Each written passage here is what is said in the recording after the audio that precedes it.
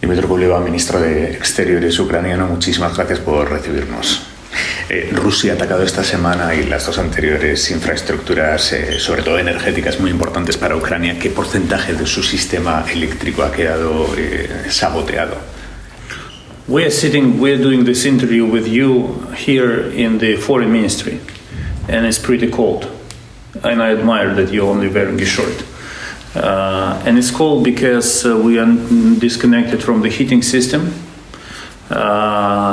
Yesterday we didn't have any supply of water into the building, and we also had blackouts, no electricity in the building. And this is just one example of the consequences of Russian attacks on critical infrastructure.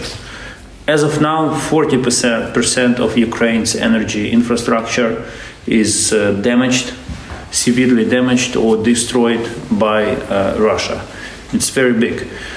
But we are handling this challenge. ¿Y le preocupa que pueda minar la moral de los ucranianos estos ataques de Rusia a infraestructuras básicas que afectan a su día a día, la luz, el agua, la telefonía móvil? No, actually, I think that probably the birth rate in Ukraine will improve because of these blackouts, because people have to stay at home without any light. So this is the best time to make love and enjoy life. And I'm serious, because Ukrainians always find the way out of the most difficult circumstances. We know too well the damage and the pain and death that Russia brings with itself. So it's better to survive with high morale and without electricity than to break morale and give in to Russia. Hoy el ministro de Exteriores español, José Manuel Álvarez, ha estado aquí con usted en Kiev y usted nos ha confirmado que él ha anunciado un nuevo envío de baterías antimisiles. No sé si nos puede concretar qué tipo de material va a ser el que aporte España. After the first massive rocket attack on Ukraine on the 10th of October, I spoke with many foreign ministers, including José Manuel, and asked them to provide Ukraine with as many air defense systems as possible. And José Manuel went back shortly to me and said that Spain had made the decision to provide Ukraine with 4 air defense systems called Hawk. And this was a very important message not only to us but also to other countries of the world who started working on similar supplies. And now, during the visit to Kiev, José Manuel was here, and these systems are already on the way to Ukraine. When you fight a war, you need a lot of stuff. You literally need everything. But one of our weak points is air defense. And you see that Russia is attacking our civilian infrastructure, and I would like to emphasize that all of these rockets and drones, they aim at civilian infrastructure which has no military purpose. It's only to damage, to create conditions unbearable for civilians. This is what Russia is trying to do. So, of course, when Spain provides us with air defense, we are extremely grateful to them. ¿Y confían que siente un precedente para el resto de países europeos que envíen también este tipo de material a raíz de que España lo haya hecho? Yes. ¿Le preocupa que la guerra se alargue tanto, que empiece a perder el apoyo de las opiniones públicas occidentales a la hora de respaldar a sus gobiernos en el envío de armas, por ejemplo? I think public opinion is always prefers to be on the side of the good and be against the evil. And in this war, we, Ukraine, represent the good, and Russia represents the evil. This is so. I don't understand how can one get tired of supporting someone who is fighting for its territorial integrity, for its country, and for its freedom.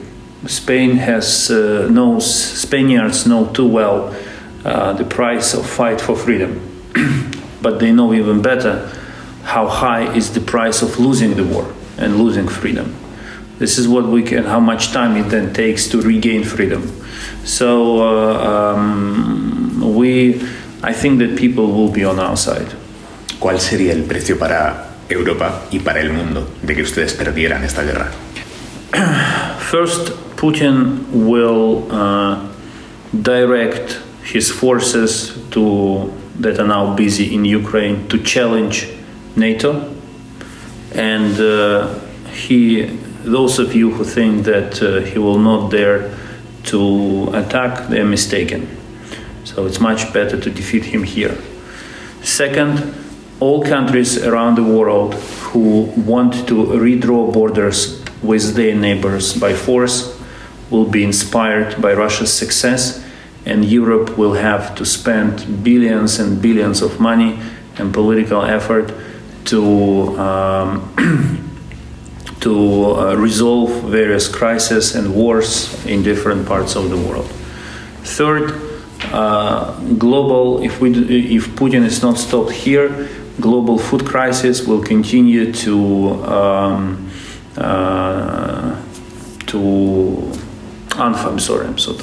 unfold in the world, and this will millions of people in Asia, Africa, Latin America will suffer from it.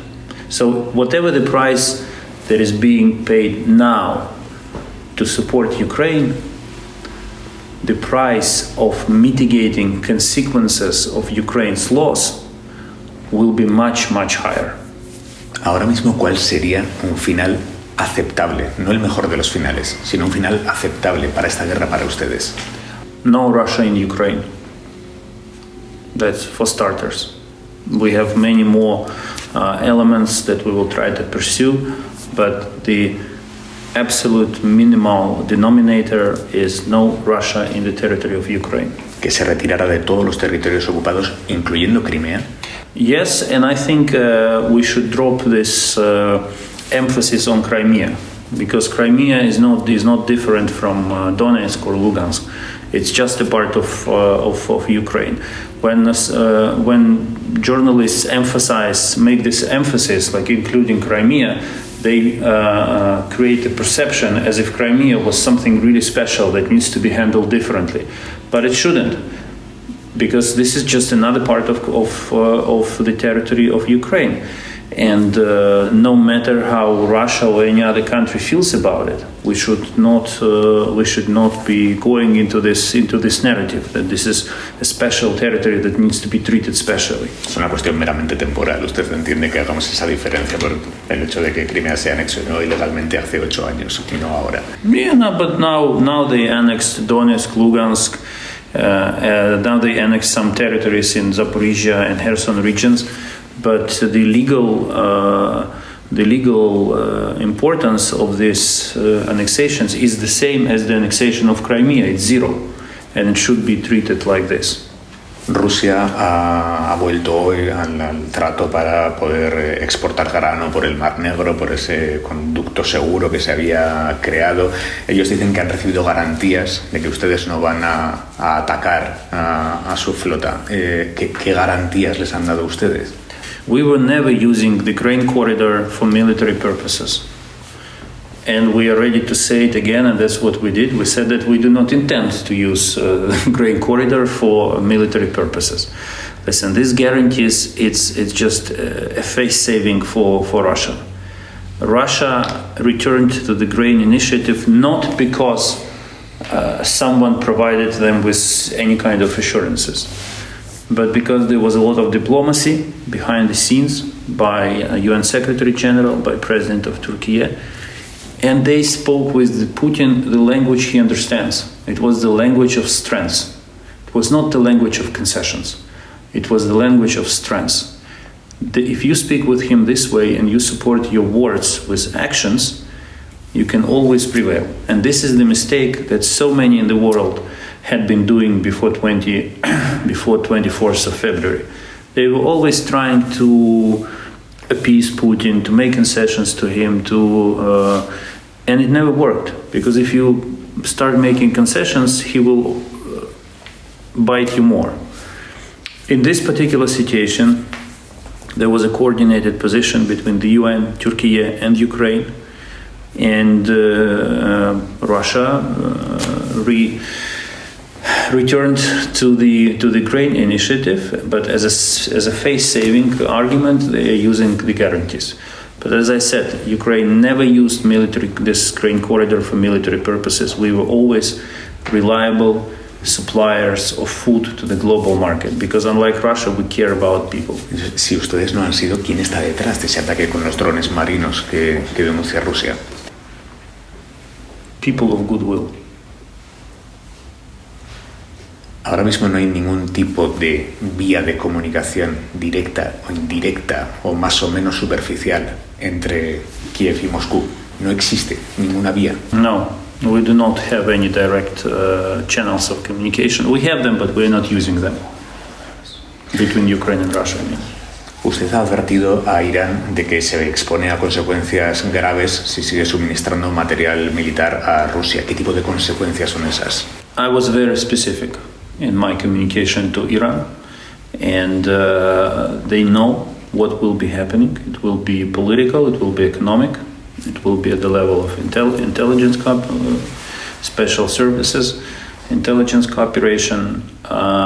Whatever benefits for Iran are from supplying Russia with weapons, the negative consequences of continuing this will be much higher and heavier for them. So it is in their best strategic interest to stop doing it, to stop supplying Russia with weapons it uses to kill Ukrainians and destroy our country.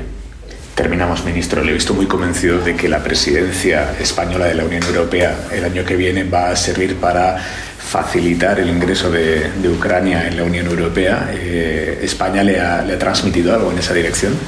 Well, José Manuel seems to be very positive about this track of our cooperation. I understand that not everything will depend on them, on Spain, because decisions are taken by consensus in the EU. But the leadership of Spain will be very important. My job is not to be convinced in something or to be hopeful that something will happen, but to make it happen. And we will work with all member states to make sure that big decisions are taken, big decisions with regard to Ukraine's accession to the EU are taken during the Spanish presidency. Hopefully, I mean not hopefully, but I'm sure that we will succeed.